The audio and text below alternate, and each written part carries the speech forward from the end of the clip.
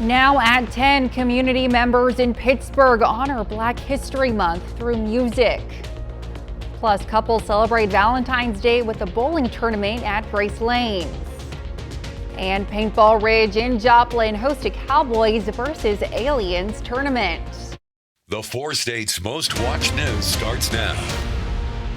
A man is rushed to the hospital after a shed fire in Joplin. This is KOAM News at 10. I'm Elise Snowy. It happened around 3:15 this afternoon at the 3100 block of East 12th Street. Authorities say they quickly put out a small grass fire as well as the shed. However, a man was inside the shed at the time and was injured. The man is said to be in critical condition. The Joplin Fire Marshal is investigating the cause of the fire. Meteorologist Lindsay Gaffney joins us for a first look at weather. So we almost hit a record today with our high being 74 degrees and the record high set back in 1981 and 75. So we're that close and it's going to continue. Tomorrow we're forecasted to match the record, and then on Tuesday with our temperatures being in the 80s, we could be beating the previously set record. Now we have 2 systems making their way into our area. Just some light showers moving in from the southwest, making their way into our area a little bit later on Monday evening, possibly after midnight, just some light showers. And then the system that we're most focused on will be coming from the northwest. That's making its way into our area on Tuesday. Tonight's low is 46, and we could see some possible chances of thunderstorms as we make our way into Tuesday with a low risk system making its way Tuesday evening. I'll have more details in just a bit. We'll see you soon. Well, Black History Month, the celebrations continue today at the Pittsburgh Public Library. KOAM's Samantha Walker has more on how local performers honored the movement through music and poetry. Oh, freedom. Oh, freedom. Xavier Moore wants to honor the past, and for him, the best way to do it is through music. I grew up listening to this music, and to be in a position to where I can share it with other people is very humbling. Moore joined a handful of other seniors who chose to perform at the Pittsburgh Public Library in the event Let Freedom Sing, Music of the Movement. It features popular music from the Civil Rights Movement. To pay respect to the movement itself and Black History Month, and then the music was an integral part to the movement and things that were going on, and the unity behind the movement too really flourished because of the music. And in this very room, there's quite enough joy. For Moore, the performance is a way to celebrate Black history and acknowledge how music and poetry unites people. And it's really just to bring awareness to, the fact that this music brought people together and why it brought them together and what it meant for them to have these particular things. We shall overcome someday. And a sense of community helps tie the event and people together. It's so cool. It's just really cool to see that people in the community want to share in these experiences. In Pittsburgh, Samantha Walker, KOAM News. More than half a dozen people performed at the event from 2 to 3 today. Aside from music, the audience also heard live poetry readings and saw various photographs from the Civil Rights Movement. Area racers hit the track again today at Mocan Dragway as part of its Sunday Fun Drags. Attendees were able to participate in some fun runs and test and tune their cars. Officials say the event gave the community the opportunity to enjoy the weather and shake off those winter blues. I am, believe it or not, I've drag raced for the last 55 years. This is my retirement car here. I've drove dragsters out here and all over the United States. It's just great to be an American and get to enjoy this sport. Races began today at 1 p.m. and wrapped up at 5. Couples around the 4 states today celebrated Valentine's Day with a bowling tournament at Grace Lanes in Carthage. Those in attendance were able to trade in Cupid's bow for Cupid's bowling ball as they competed in high games, high series, and a couples quiz for cash prizes. Some four-staters today enjoyed the warm weather with a paintball tournament.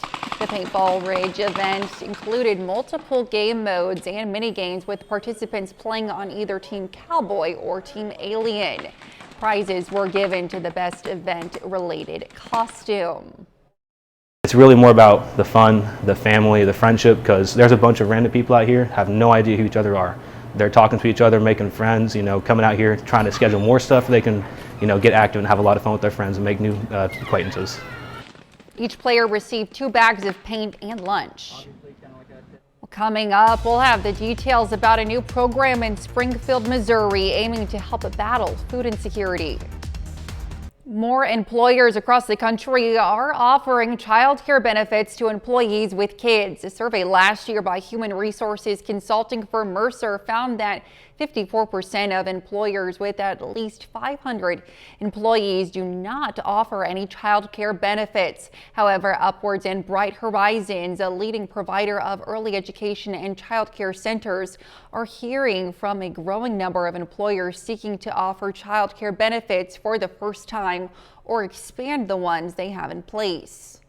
The Missouri Council for Activity and Nutrition says 45% of college students in the state have experienced food insecurity. Chris Bryant reports on how Springfield campuses are tackling the problem. Oh, hey Kate, you want to help? For the staff of the Bear Pantry, restocking the pantry is a team effort. On this bottom fridge, there's like the ones that we pre-package. If we can just consolidate all this to one side to know that there are so many people on campus that need this resource. Okay. And we'll just load all of this stuff onto this table so that we can get this cart back upstairs, and I will just grab these bags. Since the Bear Pantry opened in 2019, it has seen the need increase. In that first year, it was used 500 times, with just less than 8,900 last school year and more than 4,200 so far this year. To have the Bear Pantry means that we are able to support students' basic needs and make sure that as a campus-wide effort to support food insecure students. The number of those who have used the Bear Pantry has gone from 282 people in its first year to more than 1,000 this school year. It is really surprising whenever you have those meetings and we kind of go over our numbers. It does kind of take me aback that many student and staff struggle with food insecurity. In the Hope Center and USDA survey of college students, 33% of students at four-year universities said they couldn't afford to eat a balanced meal. People might not always think of a college student as someone who's facing food insecurity, but students are coming from all walks of life to pursue higher education. Yeah, and if you have a question about extensions, you can ask one of us. We have a little sheet over there. With the need rising among college students in Missouri, the Bear Pantry has given more food away each year. From a little more than 6,000 pounds in 2019 through 2020 to more than 58,000 last year. And then if you see a place around the pantry to put it, you can go ahead and do that. For some who have used the pantry, it's about giving back. Be able to use this resource and then come back and give back to others in the same way. It definitely feels like I've been able to pay it forward in that way. Been really great for me to work here, but then also to have the resource, and I feel so much more comfortable telling people about the resource. The dates, and if they're good, they're going to be open and just put into that bucket right there. Okay. Yeah. With everything from eggs and fresh fruits and vegetables to personal hygiene, volunteers know it's an uphill climb. Struggling to figure out when your next meal is going to be is even harder of a struggle. So to see the numbers keep increasing, it is truly shocking. At Drury University, the thing is with food insecurity, there are a lot of theories out there, and one of them being that if you're not having your basic needs met, then you really can't focus. The Panther Swipe program got started this school year for students who are struggling. It's been really successful. Last semester, we gave out over 500 meals to students. For Drury, the program makes sure students have access to a nutritious meal and helps supplement what they may already have access to. And they can come in, get a buffet meal, eat anything from a salad bar to a full hot meal, and they can get it. And that's why this program is really important. 4 more private universities have agreed to settle a lawsuit alleging they violated antitrust laws in determining financial aid amounts for admitted students. According to court documents filed Friday, Dartmouth College and Rice, Vanderbilt, and Northwestern universities agreed to pay a total of $166 million to settle a 2022 class action lawsuit. That lawsuit accused the schools of colluding on the amount of financial aid awarded to students while favoring applicants from wealthier families. A little later, Congress has until Friday to pass a funding deal in order to avoid a partial shutdown. We'll take a look at what both parties are wanting to see in the spending deal. And after the break, we'll talk about the system we have moving through our region on Tuesday. We're starting off the week pretty warm as we almost hit a record today, and tomorrow we're forecasted to hit that record. Taking a look outside at our Indigo Sky Casino Resort camera, you can see it's a really lovely evening. Temperatures are in the 50s right now, and it's clear all night, all the way until tomorrow morning. Now we're tracking two systems, one coming in a little bit later Monday evening, possibly after midnight, over here in the southwest, and that's making its way in, possibly giving us a few showers in some of our northern counties. It's going to be pretty short-lived, and the next system that we're tracking is in our northwestern area in the U.S., and it's making its way Tuesday evening. So we're going to be tracking that. That's the most severe system we see on the forecast for the next week. Now, tomorrow we'll start off about 50 degrees, 7 a.m., getting as warm as 78 for our high, and that is forecasted to match the record set back in 1981. Now, we have wind gusts picking up Monday evening, and it's going to increase as we move closer to the cold front, making its way Tuesday evening, late afternoon. This system is right here. That's the cold front. You can see winds start from the south, gusting upwards of 40 to 45 miles per hour, and then after that cold front makes its way through, winds shift out of the north. Now that's going to be still gusting 30 to 35 miles per hour, can be pretty quick, but it'll die down really rather quickly on Wednesday as this system makes its way out pretty quick early Wednesday morning. Now we have the chance of a low risk thunderstorm severe possibility. It's going to be mostly for our southeastern counties as we see this system develop a little bit after it leaves our area, but we could still see some thunderstorms making their way in. Now this is Tuesday, so this is the first system with the showers in some of our northern counties. Like I said, not going to be much. Now this little strip of rain moving Tuesday afternoon around 5:30, 6 p.m. is where we're going to see the possible development of thunderstorms right along that cold front.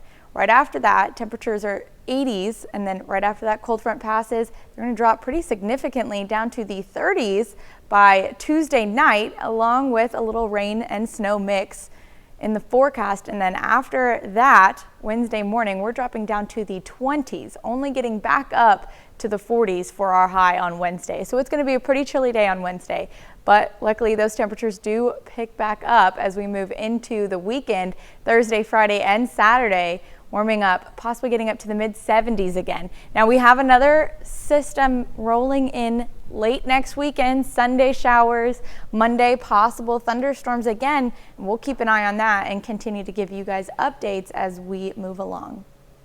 Definitely a lot to look out for in the next few days. Few systems in the forecast. So. Absolutely. All right, thanks, Lindsay. Well, Congress has until Friday to pass a funding deal and avoid a partial government shutdown. With only 5 days until March 1st deadline, federal departments and agencies that will be impacted are already updating their shutdown plans in the event a funding deal is not passed. Jen Sullivan looks at what it will take to avoid a partial shutdown and what Republicans and Democrats want to see in a spending deal. Time is running out for Congress to pass a spending bill and avoid a partial government shutdown. Lawmakers have until midnight Friday to pass a deal. One of the major issues under debate is $118 billion in aid for Ukraine. It's something many Democrats and Republicans are pushing for. Not only the future of Ukraine is on the line, which is extremely important, but the larger battle against authoritarianism is on the line. Ukraine will not fail under our watch. There's too much at stake here. This is not just about Ukraine. This is about freedom versus dictatorships. This is about truth versus propaganda. This will be the fourth time since September that lawmakers have been up against a funding deadline. Lawmakers keep passing short-term stopgap deals. In January, they extended some funding for Veterans Affairs, Agriculture, and Housing and Urban Development through March 1st. Funding for the rest of the government expires March 8th. Many Republicans don't want to pass a spending plan until they see changes in immigration and border security. You either secure the border or you get no money for the government. But now some right-wing conservative Republicans want to halt border changes. Their critics are accusing them of not taking action to help their chances of winning the White House in November. That is not good for America. They know that, and they are putting Trump and Trump's personal interests ahead of the good of our country. I'm Jen Sullivan reporting. During the last government shutdown in 2018 into 2019, an estimated 420,000 federal employees worked without pay and another 300,000 were furloughed. Well, coming up in sports, the Missouri Southern and Pitt State baseball teams are wrapping up their first weekend of conference play. Plus, the Crowder Rough Riders were in action this weekend. Brock Baldridge has the highlights from the game and more up next.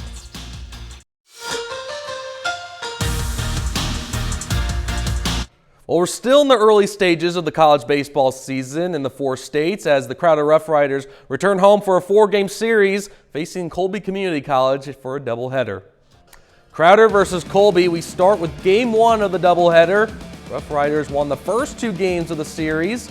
So in the first inning, no score. Future Arkansas Razorback Colton Reynolds hits a fly ball deep to right field, and that baseball is going to find the wall out there. A run will come in to score. It's an RBI double. 1-0 Crowder leads it.